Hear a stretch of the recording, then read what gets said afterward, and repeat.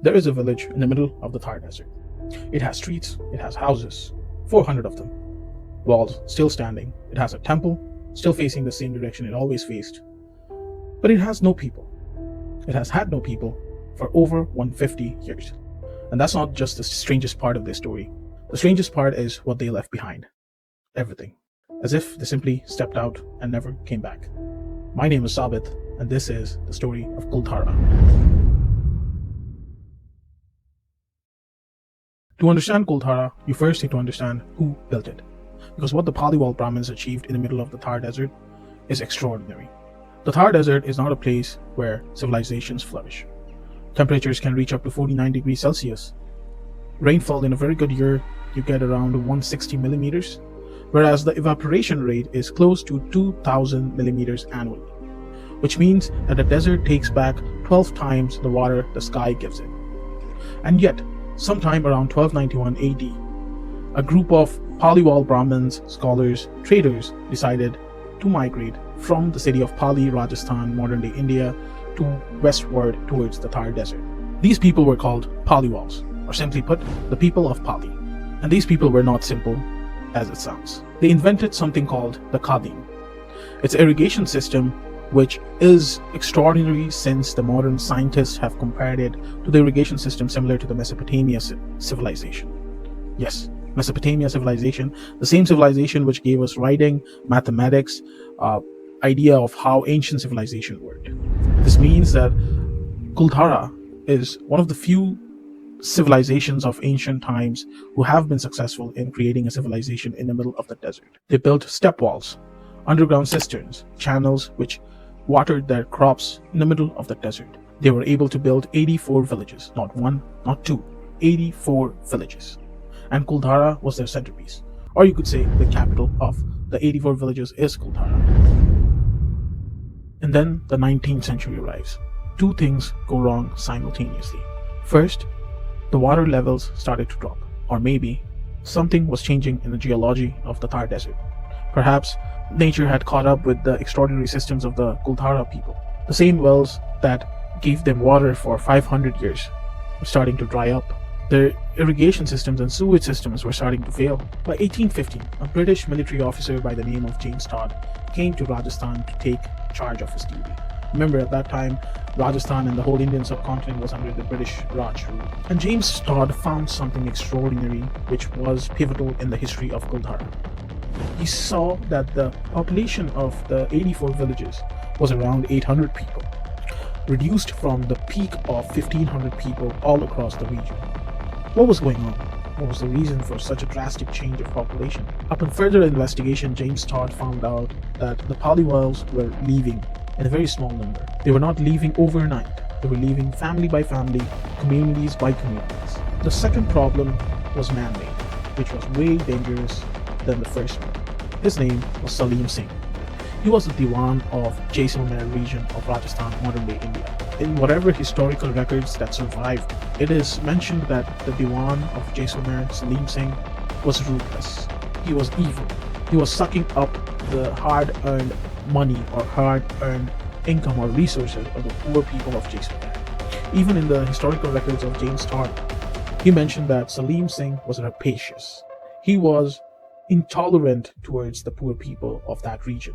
He had sucked them dry by taxing them highly. So there is a legend that goes about Kuldhara related to this Diwan, or the chief minister you could say. It is said that the Diwan saw the chief of Kuldhara's daughter in the village and he demanded that he wanted her. He threatened the people of Paliwal that if I don't get this girl, I'm gonna tax you all to poverty.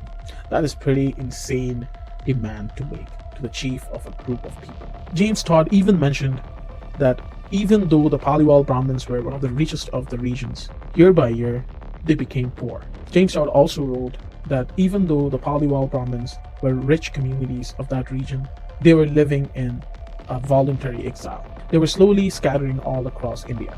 They were leaving their home, never to come back. You may ask why. Because Salem Singh would take it all. Todd documented how Salem Singh kept the people of Paliwal hostage. He would tax them high on their spices, on their grains, on whatever currency of money they used. Not overnight did they leave Kuldhara. Slowly, day by day, they took the decision. Families rounded up, they left the town, went to another place, never came back. On that legend that I mentioned, where it said that Salem Singh wanted the daughter of the village leader, I will tell you something right now. It is an oral tradition. There is no historical record of such a story, but the historical books does remember Salem Singh, and as I mentioned, they remember him as being ferocious, being ruthless, being adamant, and being forceful towards people. Because he had all the power, he had the army, he had a lot of resources available to take on a certain community. And since it goes by oral traditions, I would believe that it is possible that Salem Singh did something like that, because according to all the historical records of that time, be it from the British people, be it from the historical accounts, be it from oral traditions, Salem Singh was capable of it. He was capable of making such ferocious and demanding offers. And the Paliwals, they gave all their resources, whatever they could. Something happened which prompted the slow population decrease of the Kuldhara and the Paliwal people. We don't know exactly what, but something did happen. The elders met, not just from Kuldhara, of all 84 villages, all the elders came together and met. The historical records don't say where they met, where the meeting happened, when the meeting happened, or how long the meeting was lasting for, and what were the discussions. It just says that they decided something. They decided not to bend down to the Diwan. They decided to not give up their daughter, to not give up their gold, or whatever they had.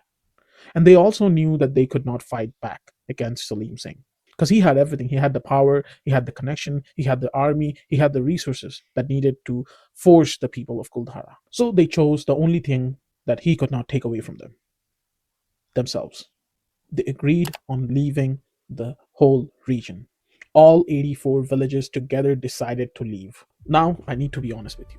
The popular version of this story says that it happened overnight and 1,500 people just vanished out in thin air. But that's not how it happened historically, looking at the records.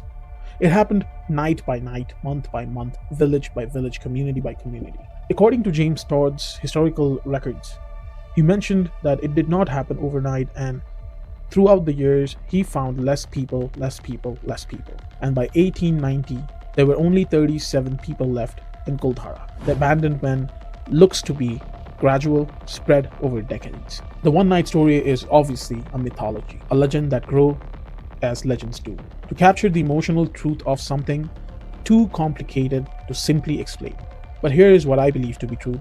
There was a moment, a decision, a point at which a community was forced to take that decision. Because if they bent down to the Salem Singh's demands, then they would not have any dignity left. And based on that, they said enough. And I believe they left with the intention of never coming back, since they knew what sort of disaster Salem Singh can do. And as the legend says, before they left, the elders of all the 84 villages stood on the edge of a mountain looking over their old home. And they cursed the region. They cursed that no one would be able to stay there. No community or civilization can grow there. They cursed that anyone who tried to live there would be destroyed. Then they walked into the Thar desert with whatever they could carry, whatever they had, whoever they had. Salem Singh comes to check whether the villagers had made a decision, and he finds the whole village is empty. 400 houses, 3 roads, a temple, a step wall. All of it is his. All the houses are his. All the roads are his. But all of it is worthless without the people who made it matter. What happened next is one of the stranger chapters of this story. People tried to move in, the buildings were structurally sound, there was still some water, the location was not unreasonable. Every attempt failed. Many people tried to live there. They would say that they would hear voices at night, they would hear people running, they would hear children playing. But when they checked who was there, no one was there. Families moved in, but left in days. People came in to create a new life there, couldn't survive days. Many historical records, when the people started to try to move into Kuldhara, mentions that many new people who wanted to inhabit that location mentioned that they had a strange feeling that someone was watching them all the time. Now, you can't explain that with any scientific knowledge, right? That's something one's feeling, so this is what they felt at that moment. The British colonial authorities decided to document everything and noted that Kuldhara was not habitable. Not because of some structural defect or some virus that spread out, simply inhabitable. The Paranormal Society of New Delhi, when India was formed, investigated this place in 2013, after a long time since Kuldhara was established. The researchers came in with modern cameras, modern sound systems, paranormal equipments. They reported sounding of weird noises, sounds with no identifiable source, equipment behaving strangely. The Jaisalmer committee came in and decided to put up a board in the entrance of Kuldhara, saying that the paranormal activities are a myth. Both things are true simultaneously. There is a sign saying that it isn't haunted, and the gates close every night at sunset. Because no one, no caretaker, no guard, no official stays in Kuldhara after the dark. The Archaeological Survey of India took over the site. Rajasthan's government designated it as a tourist attraction in 2010. Visitors come every day with cameras, photos are taken, videos are taken, but no one stays the night. They walk the same roads, the tree roads that the Paliwals once used to walk through. They photograph the doorways of the houses, the step walls, they photograph the roads that they used, they photograph the rooms that they were using to stay. And then, before the sun goes down, everyone leaves. Because even in 2026, 200 years later since that incident happened, nobody can stay. I want to tell you what I think of Kuldhara. Not the ghost story version, not the tourist brochure version, the real version. The people of Paliwal spent 500 years building that region. They built 84 villages in that region, not by force, but by shared value.